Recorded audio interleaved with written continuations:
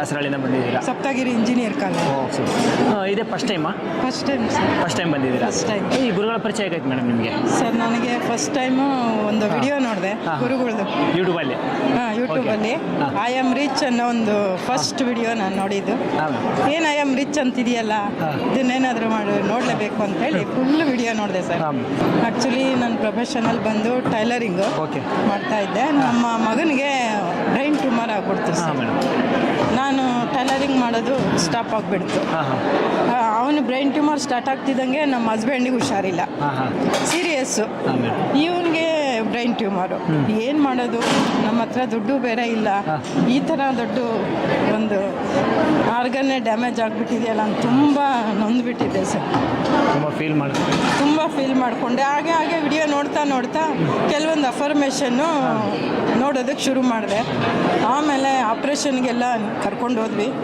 Doctor ಗ್ಯಾರಂಟಿನೇ ಕೊಡಲ್ಲ ಅಂದ್ಬಿಟ್ರು sir. ಆಮೇಲೆ ಕೆಲವು ಅಫರ್ಮೇಷನ್ನು ಮಾಡಿಕೊಂಡೆ.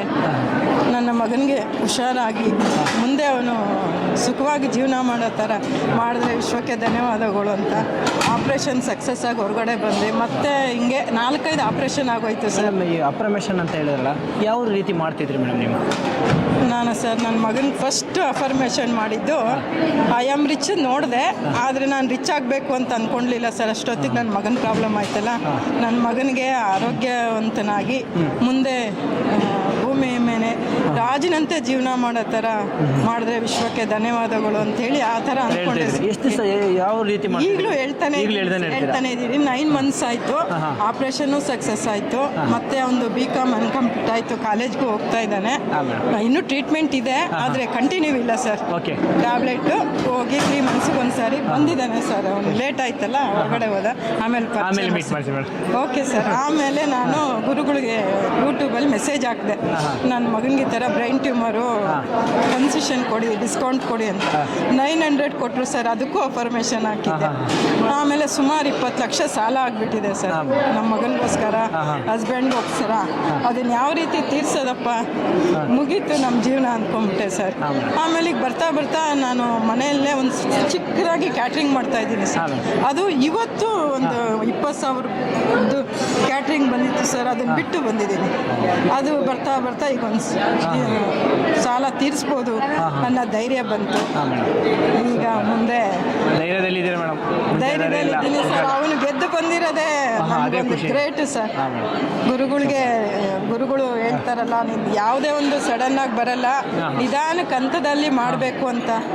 ರಾಜ್ಕುಮಾರ್ ಫಿಲಮಲ್ಲಿ ಹೇಳಿದ್ದಾನೆ, ಬದುಕಿದು ಜಟಕಾ ಬಂಡಿ ಅಂತ. ಜಟಕಾ ಬಂಡಿ ಥರ ಹೋದರೆ ನಾವು ಹಂತವಾಗಿ ಬೆಳಿಬೋದು, ಸಾಲನೂ ತೀರಿಸ್ಬೋದು, ರಿಚ್ಚು ಆಗ್ಬೋದು ಅನ್ನೋ ಒಂದು ಕಾನ್ಫಿಡೆನ್ಸ್ ಬಂದಿದೆ ನನಗೆ. ಅವನ ಹಾಸ್ಪಿಟ್ಲಲ್ಲಿದ್ದಾಗ ತುಂಬ ಜನ ಹೆಲ್ಪ್ ಮಾಡಿದ್ದಾರೆ ಸರ್. ನನಗೆ 500 ರೂಪಾಯಿಂದ ಹೆಲ್ಪ್ ಮಾಡಿದ್ದಾರೆ. ಅವ್ರಿಗೆಲ್ಲ ನನಗೆ ಕೃತಜ್ಞತೆಗಳು. ಮತ್ತು ನನಗೊಬ್ಬರು ತುಂಬ ಆತ್ಮೀಯರು ಸರ್, ರೇವತಿ ವೆಂಕಟೇಶ್ ಅಂತೇಳಿ. ಅವ್ರಿಗೂ ಸಹ ನಾನು ನಿಮ್ಮ ಯೂಟ್ಯೂಬ್ ಮುಖಾಂತರ ಕೃತಜ್ಞತೆಗಳು ಹೇಳ್ತೀನಿ. 2 lakh ಕೊಟ್ಟಿದ್ದಾರೆ ಸರ್ ನನ್ನ ಮಗನಿಗೆ. ಆರಾಮಾಗಿದ್ದೀರಲ್ಲ ಮೇಡಮ್? ಏನು ತೊಂದರೆ ಏನಿಲ್ಲ, ಖುಷಿಯಾಗಿದೆ. ಸಾಲ ಇದೆ ಸ್ವಲ್ಪ, ಸಾಲ ಹೋಗಿದೆ ಮೇಡಮ್. ಇದನ್ನೇ ಗೆದ್ದು ಬಂದಿದ್ರಿ, ಸಾಲ ಯಾವ ಲೆಕ್ಕ ಮೇಡಮ್? ಹೌದು ಸರ್, ಆರಾಮಿದ್ದಾನೆ ನನ್ನ ಮಗ. ಇದರಲ್ಲೇ ಗೆದ್ದು ಬಂದಿರೋ ಮೇಲೆ ನಿಮ್ಮ ಸಾಲ ಯಾವ ಲೆಕ್ಕ ಇದೆಯಾ? ಮಗನ್ನ ಗೆದ್ದಿದ್ದೀರಾ ನೀವು. ಒಂದು ಗುರುಗಳಿಂದ ನನಗೆ ಆಶ್ವಾಸನೆ ಬಂದಿದೆ. ಆಮೇಲೆ ಮುಖ್ಯವಾಗಿ ಒಂದೇ ಒಂದು ವಿಚಾರ ಹೇಳಬೇಕು ಅಂದರೆ, ತಾಯಿ ತಂದೆಗೆ ಮತ್ತು ಪ್ರಕೃತಿಗೆ ವಿರೋಧವಾಗಿ ಯಾವತ್ತೂ ಹೋಗಬಾರ್ದು ಸರ್. ನಾವು ಇಟ್ಟಿರೋ ಹೆಜ್ಜೆ ತಪ್ಪೇ ಆಗಿಬಿಡುತ್ತೆ. ಅದೊಂದು ಮಕ್ಕಳಿಗೆ ಹೇಳಬೇಕು ಅನ್ಸುತ್ತೆ. ಹಾಗಾದರೆ ಇವತ್ತಿನ ವರ್ಕ್ಶಾಪ್ನ ನೀವು ಕಲಿತಿರೋ ಒಂದು ವಿಚಾರ ಹಂಚ್ಕೊಳ್ಬೋದಾ? ಇವತ್ತು ಹೌದು, ಇವತ್ತು ಒಂದು ತಾಯಿ ಗರ್ಭದಲ್ಲಿ ಮಗು ಯಾವ ರೀತಿ ಹೋಗುತ್ತೆ ಅನ್ನೋದು ತೋರಿಸಿದ್ರಲ್ಲ ಸರ್, ಅದು ಆ್ಯಕ್ಚುಲಿ ಎಲ್ಲರಿಗೂ ತಿಳಿಸ್ಬೇಕಾಗಿರೋಂಥದ್ದು ಸರ್. ಒಂದು ಮಕ್ಕಳಿಗೆ ತಾಯಿ ತಂದೆನ ಯಾವ ರೀತಿ ನೋಡ್ಕೋಬೇಕು, ಅವ್ರ ಗೌರವ ಯಾಕೆ ಕೊಡಬೇಕು, ವಯಸ್ಸಾದ್ಮೇಲೆ ಯಾವ ರೀತಿ ಸಾಕಬೇಕು ಅನ್ನೋದು ಅದು ಇವತ್ತಿನ ಒಂದು ವಿಡಿಯೋದಲ್ಲಿ ನಾವು ಕಲ್ತಿದ್ದೀವಿ. ಹೌದು ಸರ್, ಆಗಬೇಕು ಅಂತ ಬಂದಿದ್ದೀವಿ ಸರ್. ಗುರುಗಳನ್ನ ಪರ್ಸ್ನಲ್ಲಾಗಿ ಮೀಟ್ ಮಾಡಬೇಕು. ಅದು ಅವಕಾಶ ಸಿಕ್ಕಿದ್ರೆ ನನಗೆ ತುಂಬ ಒಳ್ಳೆಯದು. ಖಂಡಿತ ಸಿಗುತ್ತೆ. ನೀವು ಟೀಮ್ ಹೆಲ್ಪ್ ತಗೊಳ್ಳಿ. ಕೆಳಗಡೆ ಇದ್ದಾರೆ ಪ್ರೀತಿಯನ್ನವರು, ಅವರ ಹೆಲ್ಪ್ ತಗೊಳ್ಳಿ. ನಿಮಗೆ ಅದ್ರ ಬಗ್ಗೆ ಡೀಟೇಲ್ಸ್ ಕೊಡ್ತಾರೆ. Okay sir, thank you so much ma'am. ಒಳ್ಳೆಯದಾಗಲಿ. ಧನ್ಯವಾದಗಳು. Thank you. ದಾವಣಗೆರೆ ಜಿಲ್ಲೆ ಚನ್ನಗಿರಿ ತಾಲೂಕು ತ್ಯಾವಣಿಗೆಯಿಂದ ಬಂದಿದ್ದೀವಿ.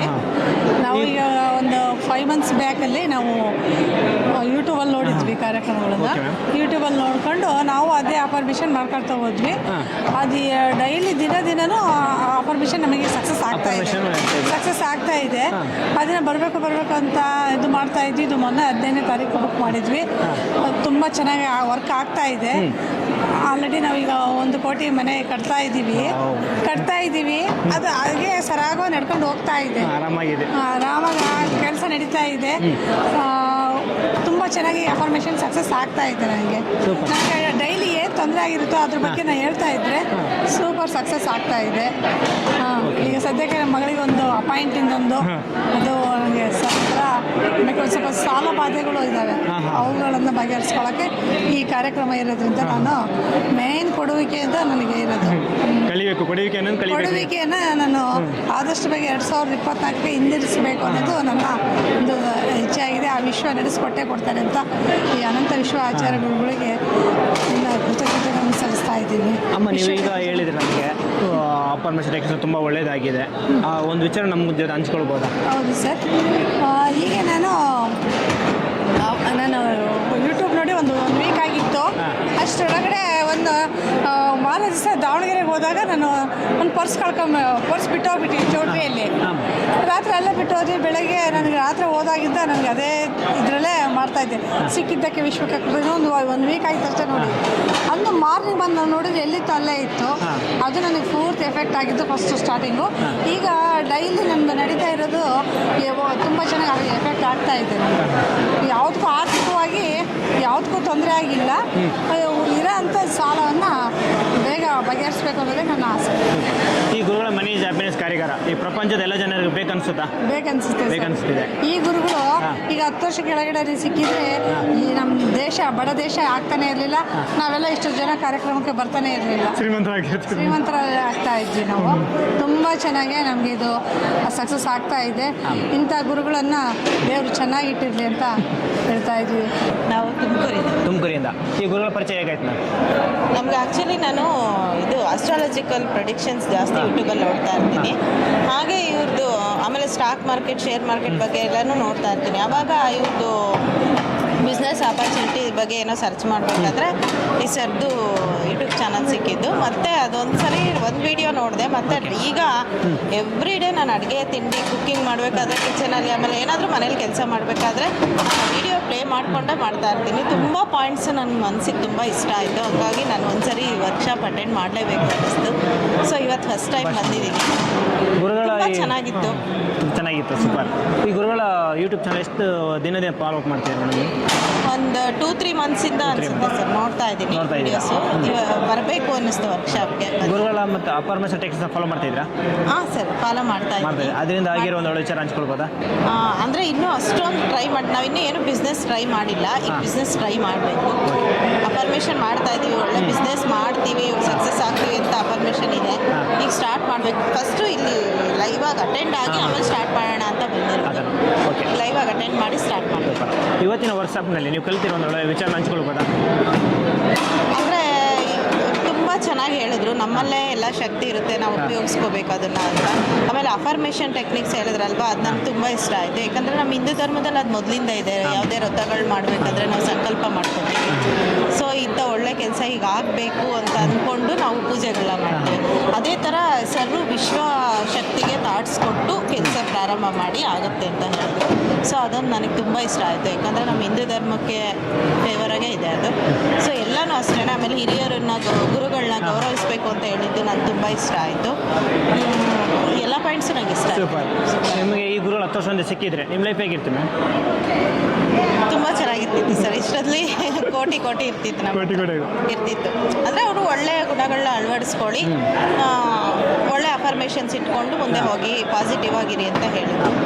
ಸೊ ಇನ್ಮೇಲಿಂದ ಆಗಿದ್ದು ಕೋಟಿ ಗಳಿಸಿ ಆಗರ್ಭ ಶ್ರೀಮಂತಲಾಗ್ತೀನಿ ಅಂತ ನನಗೆ ವಿಶ್ವಾಸ ಬಂದಿದೆ. 100%. ಸೂಪರ್, ಒಳ್ಳೆಯದಾಗಲಿ. Thank you so much. Thank you ma'am. Thank you.